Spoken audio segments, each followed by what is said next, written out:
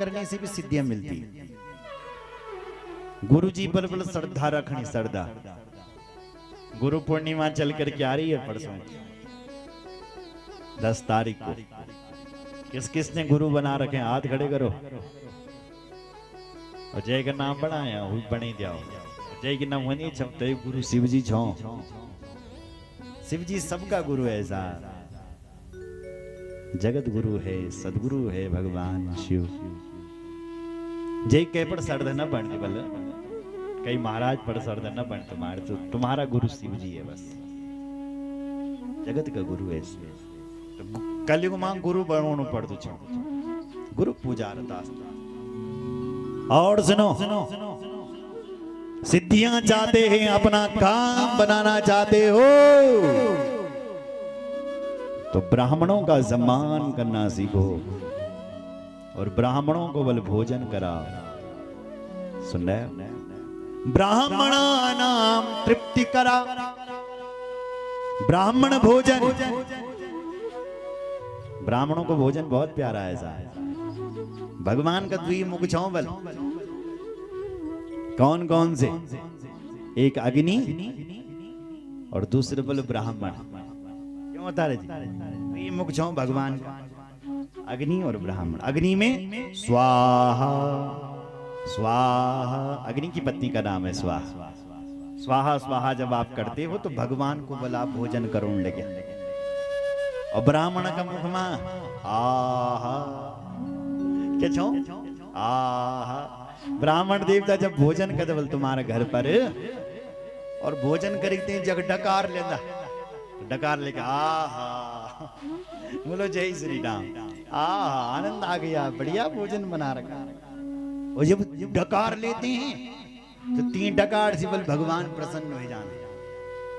भगवान क्या ना हम तथास्मि यजमान अविर्भितानि स्योचार कृत पुल्त हुत भुंग मुखेन ब्राह्मणस्य मुक्तस्तरतो नुघासम दुष्टस्य वैय निजितै निज कर्म पाक। भगवान कहते मैं ब्राह्मण के मुख से खा करके जितना तृप्त होता हूँ, उतना तृप्त बल तुम्हारा स्वाहा स्वाहा स्वाहा करने से न मन में, जितना तृप्त में ब्राह्मण का भोजन सेवन सुन तुम लगे। इसलिए श्राद्ध पक्ष में जो एक ब्राह्मण को भोजन करवाता है, 1100 ब्राह्मण को भोजन करवाने का पुण्य मिल बोलते हैं। वैसे तो ब्राह्मण को रोज भोजन करवाना चाहिए, रोज नहीं तो यज्ञ अनुष्ठान में, यज्ञ में नहीं तो श्राद्ध पक्ष में जरूर कराएं। सुन तुम लग्या? हाँ, बोलो जय श्री राम। जो बल ऐसा कर सर्वे स्वर्ग से भागते का सारा पितृबल स्वर्ग जाना, जतियां दुर्गति में पड़िया सब स्वर्ग। उसके बाद पंच यज्ञ का निरूपण किया। ब्रह्म यज्ञ इति प्रोक्ता वेदस्य अध्ययनम भवे। ब्रह्म यज्ञ, पंच यज्ञों में सबसे पहला ब्रह्म यज्ञ है। सुन लो, ब्रह्म यज्ञ मतलब आपके घर पर कोई धार्मिक पुस्तक होनी चाहिए और उसको आप पढ़ो। कितने लोग बैठे हैं जिनके घर पर शिव महापुराण है? हाथ खड़े करो। ना कई घर पर रामचरितमानस किसने कितने घरों पर है? हाथ खड़े करो जरा। पढ़ते भी हो उसे, एक चौपाई रोज पढ़ा करो। तालियां बजाओ अवतार जी के लिए। सुन रहा है? पुस्तक को, कोई धार्मिक पुस्तक तुम्हारे घर पर होनी चाहिए, वो ब्रह्म यज्ञ, उसको पढ़ो। सुन रहे हो? दूसरा है पितर यज्ञ। आपके घर से 1 लोटा जल पितरों को रोज जाना चाहिए। जो लोग अपने पितरों को तिलांजलि, धूपांजलि, श्रद्धांजलि नहीं देते हैं, उनके पितर उनका रक्तपान करते हैं साहब। कितने लोग बैठे हैं जो अपने पितरों को 1 लोटा जल रोज देते हैं? हाथ खड़े करो। अरे दिन यूं जैन बल ठीक छो। हाँ, 1 लोटा जल, ताली बजाओ जरा।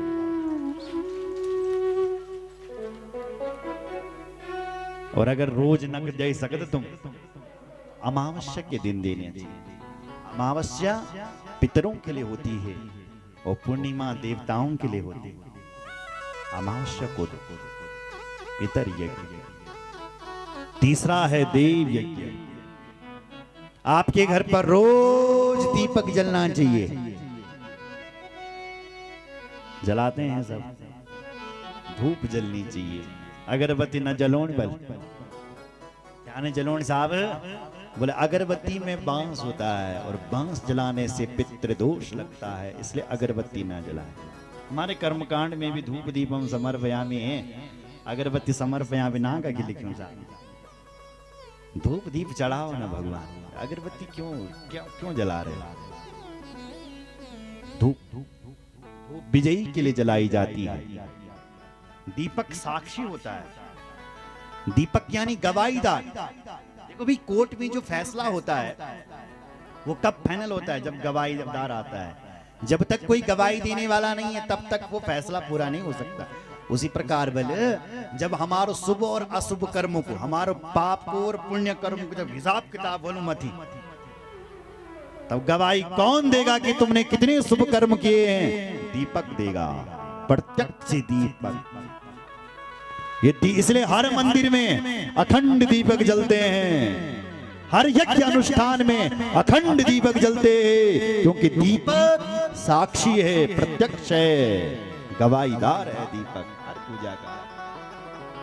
और मां ज्योत में ही तो वास करती है। ऐसा भगवती का दर्शन करना है तो ज्योत में करो। नवरात्रों में देवी को पूजना चाहते हो तो ध्वजा में मां का दर्शन करो। मां ज्योत तो ध्वजा में वास करती है, प्रत्यक्ष देव यज्ञ। चौथा है अतिथि यज्ञ। तुम्हारा घर पर बल कोई औंदो छो तो वो खाली हाथ नचेन बल नहीं घर। जब वो खाली हाथ नहीं, वो तुम्हारे घर के सारे रिद्धि सीधी जान फंड सुन रहे हैं। और जब वो तुम उसको कुछ देते हैं तो वो उस रिद्धि सीधी आशीर्वाद दे करके जाता है। इसलिए ये प्रतीक का है कि आप अपने घर पर रोग अतिथि यज्ञ करें। घर में जो आए वो कुछ ना कुछ खा पी करके जाए।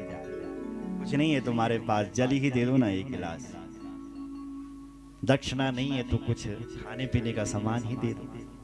खाली हाथ न जाएं। अतिथि देवो भवः। मां सीता जब पंचवटी पर थी तो रावण बल